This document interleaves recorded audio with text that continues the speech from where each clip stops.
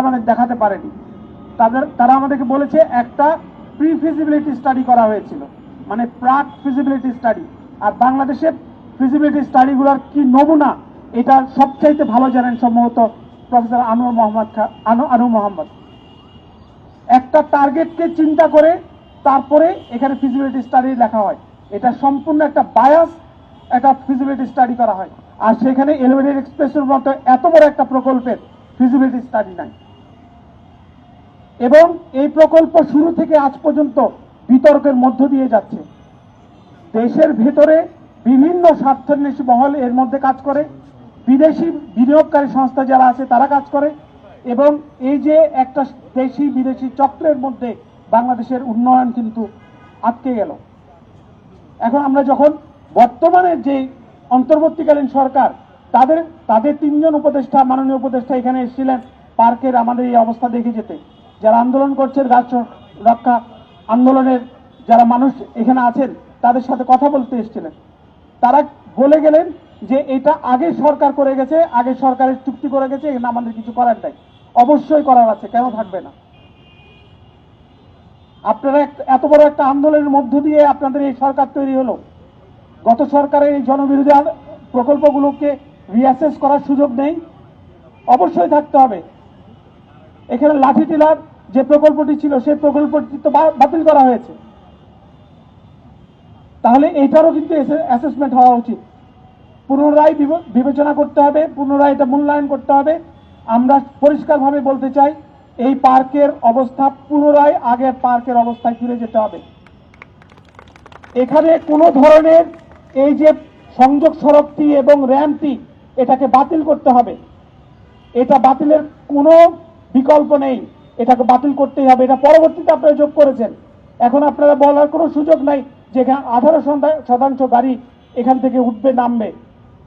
এটা তো আপনাদের মূল পরিকল্পনা ছিল না, কেন আপনারা নতুন করে আবার এটা যুক্ত করলেন? সুতরাং আমরা বলতে চাই যে এই প্রকল্পের এই র্যাম্পটিকে বাতিল করবেন এবং এখানকার যে পার্কটি আছে পার্কের আগের অবস্থায় ফিরে আসবে, এবং হাতির ঝিলের যে 41টি পিলার বসানো হয়েছে এই পিলারগুলোকে উঠিয়ে নিয়ে যেতে হবে। পার্কে হাতির ঝিলের অবস্থা পুনরায় আগের অবস্থায় ফিরে আনতে হবে। তার সাথে সাথে আরেকটি কথা আমি বলতে চাই, এই ধরনের জনবিরোধী প্রকল্পের সাথে যারা যারা যুক্ত আছেন, সেটা পেশাজীবী হোক, সেটা সরকারি আমলা হোক, অথবা কোনো প্রকৌশলী হোক, প্রত্যেকেরকেই এই বিচারের আওতায় আনতে হবে। কেন তারা এই জনবিরোধী আন্দোলন বা কাজ করে। তা আপনাদের সকলকে ধন্যবাদ জানিয়ে আমি আমার বক্তব্য শেষ করছি। ধন্যবাদ। আসসালামু আলাইকুম। ধন্যবাদ প্রফেসর আক্তার মাহমুদ।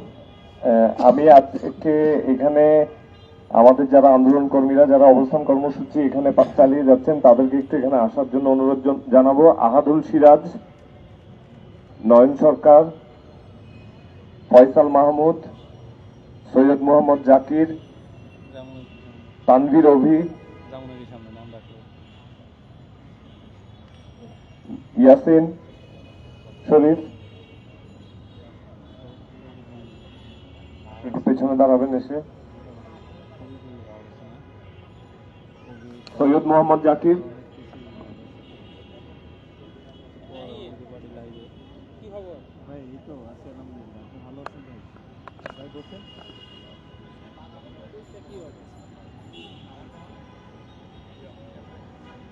আমি আপনাদের সাথে ওনাদেরকে পরিচয় করে দিতে চাই। প্রথমে ওই পাশে আছেন চলচ্চিত্র কর্মী আহাদুল সিরাজ। ও প্রায় 8 বছর ধরে মৌলানা ভাসানীর উপরে গবেষণা করছে এবং একটা চলচ্চিত্র তৈরি করছে, ডকুমেন্টারি। আছে ফয়সাল মাহমুদ।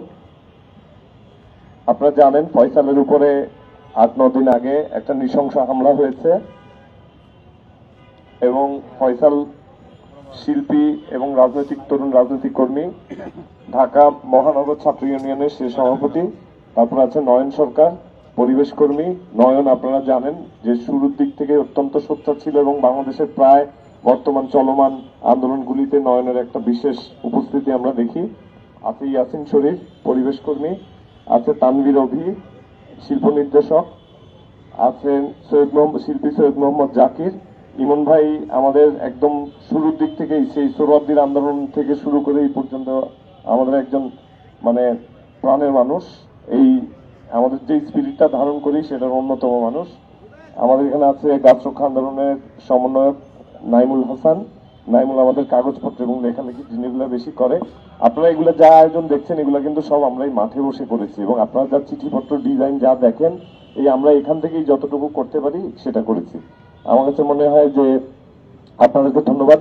আচ্ছা, আপনারা একটু দাঁড়াবেন, একটা ছবি নিন। জি,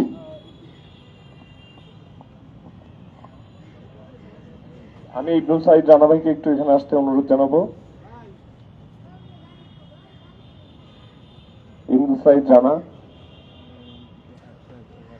রানা ভাই এখানে আসুন, এখানে আসুন। আমি চলচ্চিত্রকার আকরাম খানকে এখানে আসতে অনুরোধ জানাবো।